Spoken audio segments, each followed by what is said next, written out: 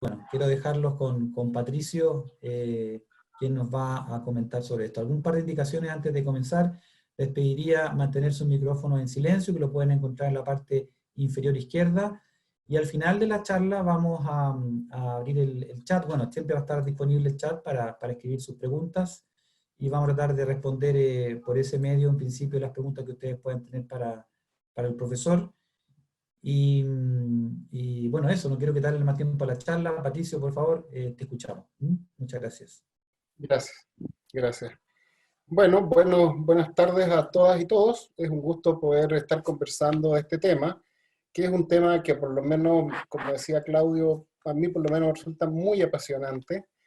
Solo mencionar que vengo del mundo duro del management, he sido ejecutivo y director de empresa por 20 y tantos años, y hace 5 años hice el postítulo en coaching con Rafael Echeverría, y desde ahí se abre un poco mi lado B, en términos de empezar a mirar las organizaciones desde una mirada más amplia que la mirada que le daba antes, en una perspectiva muy tecnócrata y muy técnica fundamentalmente. Los años y la práctica y la experiencia me llevaron a visualizar lo importante que eran los equipos, lo importante que eran otras variables de la gestión empresarial, y de ahí viene un poco todo este interés de ir abriendo mi ámbito de especialización. He preparado esta presentación, que es una presentación breve, no puedo profundizar mucho, es una presentación en que mi plan es no extenderme de 30 minutos y luego poder atender todas las consultas que ustedes tengan para poder conversar un poco. El chat quizás es el mejor método para las preguntas. Y lo he dividido la presentación en 4 tópicos. Uno es hacer una mención al contexto. Efectivamente, Chile viene viviendo una coyuntura bien compleja. La verdad es que Chile está muy complicado, creo yo, ya desde octubre del año pasado, y el COVID no ha venido más que a intensificar toda esta situación, lo cual representa un desafío enorme para las organizaciones desde el punto de vista de su crecimiento y su desarrollo, y donde el liderazgo organizacional es un rol clave para poder avanzar en esta dirección. Entonces hablaremos primero del contexto, luego haré una muy breve reflexión de qué es la incertidumbre, dado que esta presentación, ¿verdad?, habla del liderazgo en tiempos de incertidumbre. Haré una breve reflexión sobre entender qué es un problema. Muchas veces decimos, mira, tengo problemas, la empresa tiene problemas, pero no nos tomamos un tiempo para entender el problema. ¿Qué tipo de problema estamos teniendo? Y eso voy a querer referirme fundamentalmente situando los contextos más que profundizando en cada uno de estos tópicos. Quizás, Claudio, quedo llano a una próxima charla para aquellos de los presentes y de las presentes que se motiven por mayor información sobre estos temas.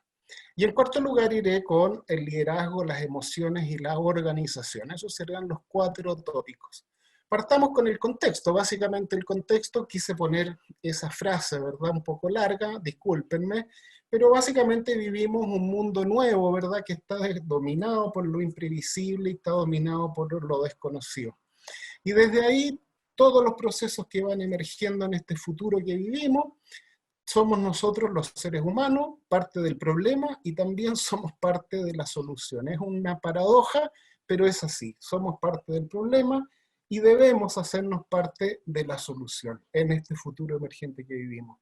Y desde ahí, en los retos que se vienen por delante, tenemos que asumir que no sabemos realmente lo que se requiere, sino que lo que tenemos es una base y no sabemos, y es importante, ¿verdad?, que podamos entender que lo debemos saber. Básicamente, cuando se habla de este mundo nuevo, se ha acuñado un concepto que es este mundo VUCA. El mundo VUCA es un mundo que se caracteriza por su volatilidad. Me voy a referir enseguida a cada uno de los aspectos. Por un lado está la volatilidad, en el otro está la incertidumbre. La U viene de uncertain en el inglés. La C viene de la complejidad y finalmente la ambigüedad, que es la letra A. Este acrónimo lo que refleja es lo que es el mundo que nos toca vivir hoy día. Este mundo, ¿verdad?, que se plaga de situaciones en que el cambio es rápido y es impredecible. Y esto le hace una exigencia importante a las organizaciones, y por cierto, a nosotros como seres humanos, que es la necesidad de adaptación. Si no somos capaces de desarrollar la habilidad de la adaptación, se nos complica fuertemente el poder avanzar en este contexto. Y para poder adaptarnos, la colaboración y la participación a nivel de las organizaciones es clave. Las organizaciones desarrollan un ADN y este ADN se enriquece en la medida que hay colaboración y en la medida que se produce participación de las personas. La incertidumbre viene de este fenómeno sistémico, este fenómeno de este mundo en que las organizaciones no son más que una pieza más de un engranaje múltiple en el cual hay interconexión de sistemas. Las empresas son parte de un sistema más grande y a la vez dentro de sí misma constituyen múltiples sistemas. Entonces, este fenómeno de múltiples variables, ¿verdad?, hace que se genere en las organizaciones la necesidad de desarrollar la diversidad, de poder trabajar con equipos de trabajo que permitan desarrollar múltiples miradas, le denomino yo, es decir, múltiples aristas del análisis para poder tomar mejores decisiones. ¿De dónde viene la complejidad? Solo hacer mención que complejo no es lo mismo que complicado. Algo complicado puede ser algo que es agotador lograrlo y hacerlo, pero que tiene patrones y que se repite el resultado sincrónicamente. Ejemplo, la distribución de la luz en Chile, en Santiago. En Santiago se distribuye la luz, hay un montón de procesos y sistemas que están generando energía, hay un proceso de distribución hasta que tenemos luz y todos los días el patrón final se repite. Es el fenómeno de la luz. Mientras que los fenómenos complejos se caracterizan por estos sistemas interconectados y a la vez interdependientes, los cuales no tienen una relación causa-efecto, donde no hay patrones. Ya en un fenómeno dije delante al hablar de lo complicable de patrones, acá no hay patrones. Y desde el punto de vista de la gestión empresarial, la tradición y los criterios previos no son efectivos para poder resolver esta complejidad. Y esto requiere nuevas formas de liderar, también requiere formas nuevas de desarrollar el liderazgo en las organizaciones, que es lo que voy a mencionar en un instante más con un grado mayor de detalle. Finalmente, ¿qué es la ambigüedad? La ambigüedad es este fenómeno en que no es nítido lo que ha de suceder. Las relaciones causa-efecto no existen, por lo tanto, en las organizaciones deben crearse hipótesis, deben establecerse capacidades para simular y tratar de definir qué es lo que habría de suceder ante determinadas tomas de decisiones. Y esto requiere una capacidad importante de análisis en los equipos, en las organizaciones, y una mirada sistémica, entender que este es un proceso que se va desarrollando sistémicamente, por lo tanto, no es una sola variable la que está en juego. Este concepto del mundo VUCA es el concepto que hoy día predomina en el mundo en lo que es la gestión empresarial, en lo que es la gestión estratégica. Nos podemos desenvolvernos en ese contexto. Habiendo hablado de lo que es este mundo VUCA al que estoy haciendo referencia, me referiré ahora a la incertidumbre. Y la pregunta que nos tendríamos que hacer, lógicamente, es ¿qué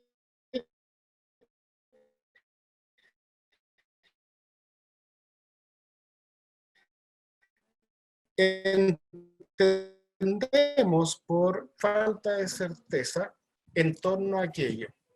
Fundamentalmente, la incertidumbre detona emociones. La incertidumbre genera inseguridad, genera temores. Muchas organizaciones sienten incertidumbre ante lo que está sucediendo y no tienen claridad respecto a las decisiones que han de tomar. La incertidumbre es un factor crítico, ¿verdad? Porque tiene tres vertientes fundamentales. Una vertiente es la de la información, es decir, cuando la información es incompleta, cuando la información es poco confiable. La otra vertiente es el conocimiento y tiene que ver, ¿verdad?, con el aspecto asociado a cuán precisa es la información disponible y cuán certera es el conocimiento, de tal manera de poder verificar si efectivamente estamos pudiendo tomar decisiones a carta cabal respecto a lo que estamos haciendo. Desde esa perspectiva luego está la representación. La representación tiene que ver con cuáles son los modelos existentes, ¿verdad?, que te permiten tener certeza en ese sentido. Que te permiten, disculpen, tengo un pequeño... Básicamente el conocimiento y la representación, ¿verdad?, que es el de disponer de modelos con los cuales describan de forma eficiente el fenómeno que está siendo objeto del estudio, del objeto del análisis para la toma de decisiones. Dicho esto,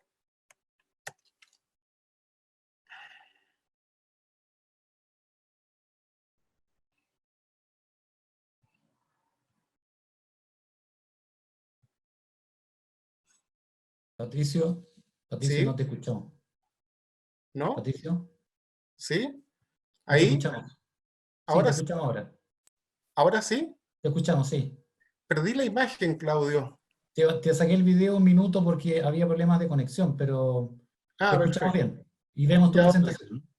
el slide, sabes que no estoy logrando hacerlo avanzar.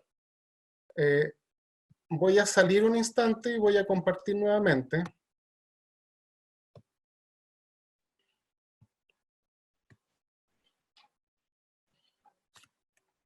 Disculpen, amigos y amigas, es parte de las contingencias y la tecnología. Bueno, básicamente, como decía, la incertidumbre, ¿verdad?, tiene tres vertientes, que es la información disponible, el conocimiento adquirido y los modelos disponibles para poder tomar decisiones. Y desde ahí tenemos que entender el problema. Generalmente tomamos el problema como un hecho de la causa, sin embargo, quisiera presentar dos conceptos novedosos en relación a los problemas y cómo enfrentarlos. La verdad es que todos los problemas no son iguales. Tendemos a abordarlos como que son todos de la misma naturaleza. Y no es así. Básicamente existen dos definiciones del problema por algunos autores. Uno son los problemas perversos y los problemas domesticables. Veamos cada uno de ellos. ¿Qué son los problemas domesticables? Básicamente los problemas domesticables son problemas en los cuales las soluciones son de naturaleza técnica. Es decir, se puede resolver en base a conocimiento previo, en base a curvas de aprendizaje previa, y por lo tanto, y la definición del problema es clara. Y a este tipo de problemas se le llama domesticable, que no implica que sean necesariamente simples, pero por ser de naturaleza eminentemente técnica, están soportados por todo un background de conocimientos previos y de tecnologías previas que permiten avanzar con determinada fluidez. ¿Y cuáles son los problemas perversos? Básicamente los problemas perversos tienen que ver con aquellos problemas de naturaleza sistémica.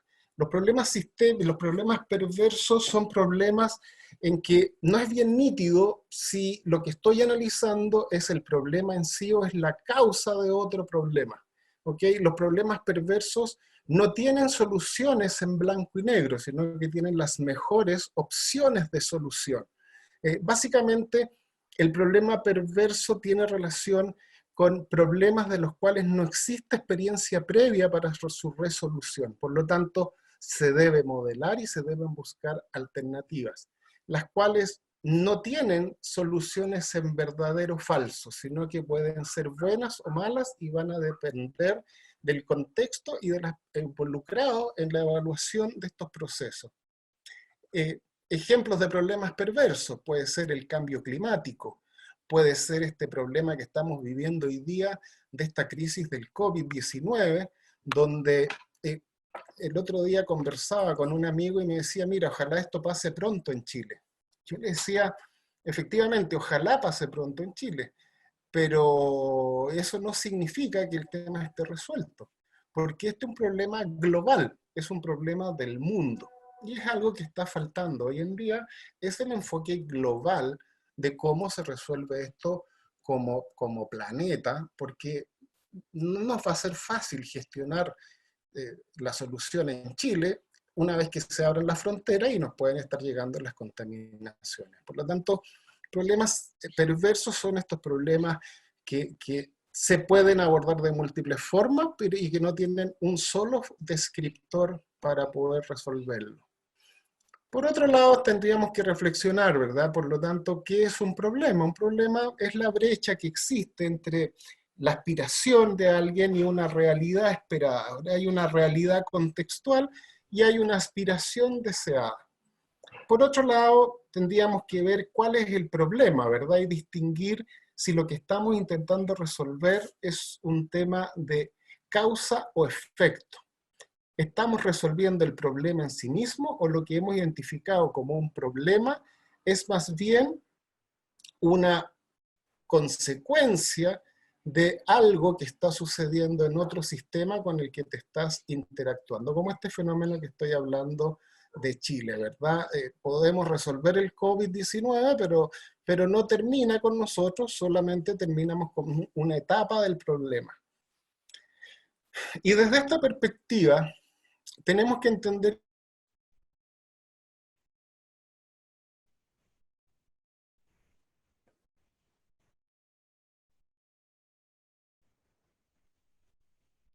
Patricio, no, te problemas. perdimos. Ahí te recuperamos. Patricio, ¿Ya? ¿Sí? ¿podrías Ahí volver a la sí, última? Sí, ¿podrías volver a la última lámina? voy. ¿Acá? Sí, ahí quedamos la última vez. Perfecto, gracias. Bueno, básicamente un problema perverso, un problema complejo que no tiene soluciones técnicas, que va a tener múltiples posibilidades de ser abordado, como el problema que mencionaba de la crisis del COVID, ¿verdad? Donde podemos de algún modo resolverlo en Chile, pero sigue otra problemática que es la problemática mundial en relación al tema de poder asegurar que al interior de cada sistema haya salud posterior a la recuperación de la crisis. Básicamente, desde una perspectiva de las personas y los problemas, podríamos decir que un problema viene a ser una aspiración, una brecha que se produce entre la aspiración y la realidad que está enfrentando la persona o la empresa, la organización. Y por otro lado, entender si el problema que estoy abordando en realidad son los síntomas o es la causa de otra cosa. Hay organizaciones que son muy buenas para saltar de la problemática a la solucionática. Sin embargo, no abordan en profundidad si están resolviendo consecuencias, si están poniendo parches, pero la organización sigue estando en riesgo de inundarse y hundirse tal cual un Titanic, ¿verdad? Por otro lado, cuando hablamos de cómo es un problema, tendremos que entender que existen dos tipos de problemas, los problemas adaptativos y los problemas técnicos. Un problema técnico se caracteriza porque sus soluciones existen, porque son conocidas y han sido evaluadas y testeadas, mientras que un problema adaptativo, la solución exige aprendizaje. Los problemas adaptativos nos involucran a las propias personas. El problema adaptativo requiere disociar el problema de la persona y desde esa perspectiva hacernos cargo de aquello, porque están los hábitos, las creencias, las actitudes y las prioridades que cada persona tiene en relación a cómo enfrenta y aborda esas determinadas problemáticas. ¿Cuáles son, resumiéndolo en una tabla, los aspectos de los trabajos técnicos y adaptativos? Básicamente el trabajo técnico, la definición del problema es clara, su solución y su implementación también es clara, y el foco primario de la responsabilidad está en la autoridad, en los que toman la decisión, en las jefaturas, en un cargo que ha sido encomendado, ¿verdad? En general, los gerentes se les enfoca mucho desde su capacidad de generar soluciones técnicas. Sin embargo, muchas de las problemáticas empresariales es una combinación de problemas técnicos y problemas adaptativos. Y ahí lo que vemos es que la definición del problema es claro. Por otro lado, la solución y la implementación requiere aprendizajes, es mixto. Y finalmente, el foco primario de responsabilidad es una combinación entre los múltiples grupos de interés que hay en las organizaciones y la autoridad formal que representan sus ejecutivos y sus gerentes. Finalmente, tenemos los problemas 100% adaptativos, que se caracterizan porque requieren aprendizaje, requieren que cambiemos las personas. Por otro lado, la solución también requiere aprendizaje y el foco primario está en los grupos de interés y en los grupos de mayor autoridad. Voy a dar un ejemplo simple de un problema técnico y adaptativo. Ejemplo, es una persona que se haga un bypass al estómago para poder reducir su peso. Podemos ver que la operación y la instalación de ese bypass gástrico es un problema técnico. Tiene solución y se puede resolver nítidamente. Mientras que no va a ser suficiente porque esa persona que se operó del bypass, yo no sé si ustedes saben, pero que un porcentaje alto de las personas que se hacen bypass gástrico posteriormente suben de peso nuevamente. Pero, ¿qué es lo que sucede ahí? Es que el problema técnico es resuelto, que es la operación y la ejecución del bypass. Sin embargo, hay un problema adaptativo, que es el cambio de hábito alimentario de la persona. Entonces, ahí les doy un poco el ejemplo de las dos cosas. Puede que te vaya muy bien en el problema técnico, que es la operación. Pero si no cambias tus hábitos alimentarios, lo más probable es que vas a volver a subir de peso. Y entramos a los conceptos de liderazgo. Básicamente el liderazgo, las emociones, son parte y son el telón de fondo de las organizaciones, ¿verdad? Hoy en Chile se da este fenómeno. Ahí les comparto el mix porcentual de la población laboral en Chile. Un 40% de la población son millennials, que son personas entre los 18 y los 35 años. El 28% es la generación X, que está entre los 36 y los 51. El 26% son baby boomers, que están en el rango de los 52 a los 70, y el 5% es la generación silenciosa. Nunca antes en la historia de la humanidad había sucedido que 4 generaciones distintas convivieran en las organizaciones trabajando juntas. En la historia de la humanidad, dadas las tasas de mortalidad y la vida media, nunca se llegó a más de 2 generaciones compartiendo el mismo espacio laboral. Hoy día, el que haya 4 generaciones trabajando configura radicalmente distinto la forma de liderar, la forma de gestionar a las personas y por otro lado, la convivencia entre las personas dentro de los equipos de trabajo. Y es por eso que aunque aquí deben haber varias personas que tienen formación técnica, ¿verdad?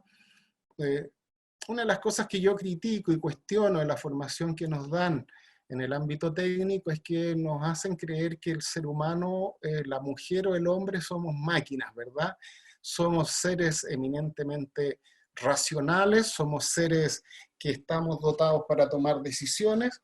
Sin embargo, la evidencia que nos muestra la neurociencia, que es una de las ciencias que más se ha desarrollado en los últimos 20 años, es que los seres humanos somos eminentemente emocionales. Tenemos 3 cerebros, uno de ellos es el cerebro emocional, que tiene una velocidad de transmisión que es el doble que la velocidad de transmisión de la corteza cerebral, que es donde está la razón y los aspectos cognitivos. Por lo tanto, entendiendo que no somos máquinas, ¿cómo se entiende el liderazgo en las organizaciones? ¿Cómo se entiende el éxito organizacional?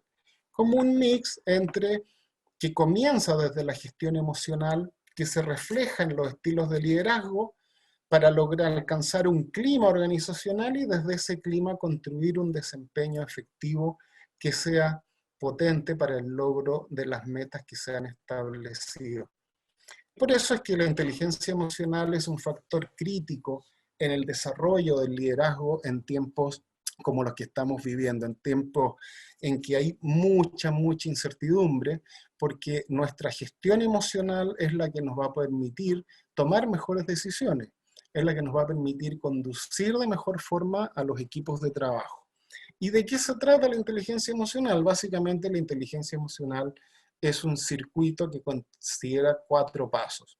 El primero es la identificación de tus emociones, hacerte cargo tanto de tu emocionalidad como de la emocionalidad de los equipos con los que tú trabajas.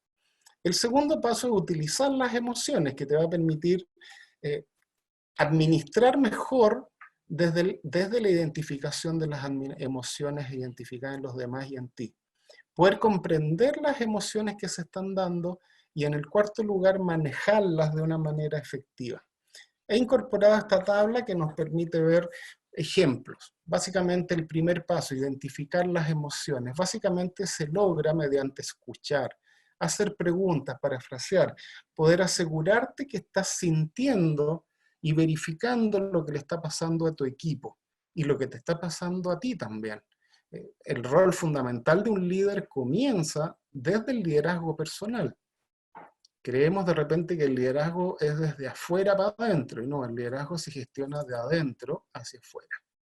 El usar las emociones te permite, mediante averiguar los sentimientos que están influyendo en los pensamientos, tanto tuyos como en tu equipo. Y el poder comprender las emociones tiene que ver con poder examinar las causas que van a provocar los sentimientos en las personas. ¿Y para qué te sirve todo este circuito? Poder finalmente manejar esas emociones de tal manera que, teniendo clara conciencia de la emocionalidad que vives, poder incorporarla a la toma de decisiones de tal manera que puedas ser más sereno, ser más autocontrolado y a la vez poder gestionar de mejor forma a tus equipos de trabajo. Así vas a poder asegurar una seguridad psicológica, ¿verdad?, que se complementa con el accountability, que es la responsabilidad por los resultados. Básicamente la zona de aprendizaje va a tener que ofrecer esa seguridad psicológica para poder obtener un accountability, una responsabilidad plena por los resultados de los miembros del equipo de trabajo. ¿Qué se entiende por seguridad psicológica? Básicamente el que los colaboradores se sientan seguros y contenidos a la hora de plantear sus ideas, sus iniciativas, sus errores, las cosas que funcionan y las que no funcionan. Y esto se construye desde la gestión emocional de los equipos. Equipos que ya no es como era antes, ¿verdad? No es ese organigrama rígido que existía antes. En realidad las cosas en la organización pasan de una manera más dinámica, como la que estoy mostrando ahí, y lo que hoy día se propende es a redes de trabajo, equipos que van desarrollando múltiples proyectos y que son dinámicos en el tiempo. Es decir, se elimina este concepto rígido y estático en el tiempo en función de cómo evolucionan los cambios. Básicamente, el tener equipos que se gestionan de esta manera implica también una forma distinta de gestionarlos y de liderarlos. Implica mucha retroalimentación, implica una cultura y valores compartidos. También es fundamental la transparencia y el respeto. Todos estos elementos llevan a que los equipos puedan operar en red de una manera efectiva y ganadora. ¿Qué es lo que hoy día se espera como recompensas, que como desde el liderazgo, ¿verdad? El dar espacio a disentir, al permitir las nuevas ideas, la innovación, poder de esta manera generar aprendizajes. Lo dije antes, el problema adaptativo se resuelve desde el aprendizaje y por eso el desafío es muy importante.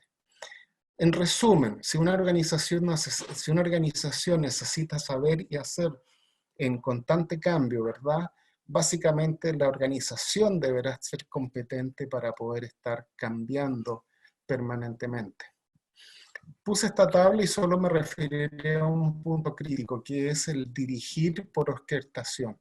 Antiguamente se dirigía bajo un criterio de supervisión, hoy se dirige bajo un criterio de orquestación. Y el nuevo liderazgo es un liderazgo mucho más abierto, es un liderazgo que abre la participación ágil, un liderazgo creativo. Un liderazgo que crea contexto, pero que deja espacio culturalmente para tomar riesgo, para poder interactuar entre las personas. Quizá esto se aleja un poco de la cultura chilena, que es bastante más represiva, diría yo. Esto está cambiando, pero por muchos años fuimos más bien una cultura bastante vertical, bastante orientada al mando, donde los líderes o los jefes organizacionales creían que resolvían su problemática desde dar órdenes y decir lo que se tenía que hacer. Básicamente el nuevo liderazgo, ¿verdad?, implica tomar decisiones sin tener toda la información y poder gestionarte emocionalmente, entendiendo que la información completa ya no la vas a poder disponer en este mundo VUCA del que hablé en un comienzo. Y poder ser divergente en la evaluación de decisiones, porque de esa única manera se van a poder hacer las cosas diferentes. También implica una transformación conductual, y es actuar diferente, y eso implica colaborar fluidamente en las organizaciones. El jefe no está para permanecer en una oficina, tiene que estar disponible para colaborar con su gente, y tiene que estar disponible para apoyar a su gente y generar condiciones de trabajo. Y finalmente se requiere una transformación emocional, ¿verdad? El nuevo líder requiere ser resiliente, requiere tener flexibilidad. No basta con ser un experto técnico, hoy día se requiere mucha flexibilidad para el cambio y desde ahí poder desarrollar la confianza y el respeto que los equipos esperan desde su liderazgo. Y dije antes que había un aspecto cultural y dije que había un aspecto de clima, ¿verdad? Y básicamente el clima es cómo las personas viven la organización.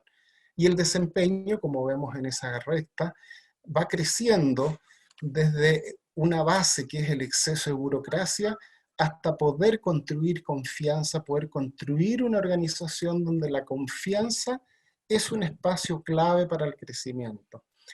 La confianza se construye desde la emocionalidad, desde un espacio emocional y desde una seguridad psicológica para las personas. ¿Y cómo se practica? ¿Cómo se ejecuta? A través de las conversaciones. Cada vez más son necesarias las conversaciones. Cada vez más permite a las redes conectarse y conversar en forma abierta, en forma entregándose al otro y abriéndose al otro. Y desde ahí poder construir culturas organizacionales que impacten. Voy terminando con este slide y básicamente decirle que todas estas cosas que he hablado muy rápido, y mil disculpas si he abordado muchos tópicos, pero me interesaba sentar varios aspectos. No es para gente mágica, no es para genios. Básicamente me gusta esta frase de Ted Levitt, que es que las organizaciones existen básicamente para permitir que gente común haga cosas extraordinarias. Y eso es a lo que apuntan los tópicos que he planteado antes desde el punto de vista del liderazgo.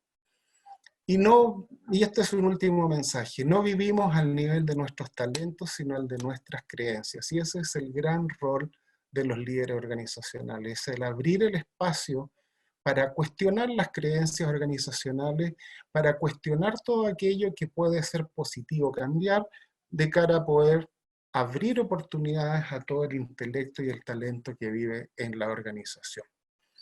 Muchas gracias. Quedo atento a sus consultas. Gracias, Patricio, por la presentación. Efectivamente, harta información, varios modelos también.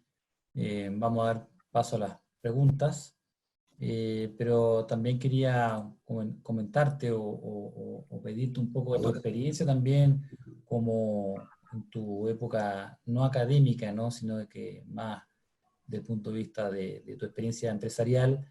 Un poco, ¿cómo ves, ¿no?, desde el punto de vista de las compañías enfrentar esta problemática de liderar y de tratar de mover a las personas, especialmente en esta época que están con señales tan negativas, ¿no? Una pregunta un poco más práctica, más allá de los contenidos súper interesantes que tú mostraste, pero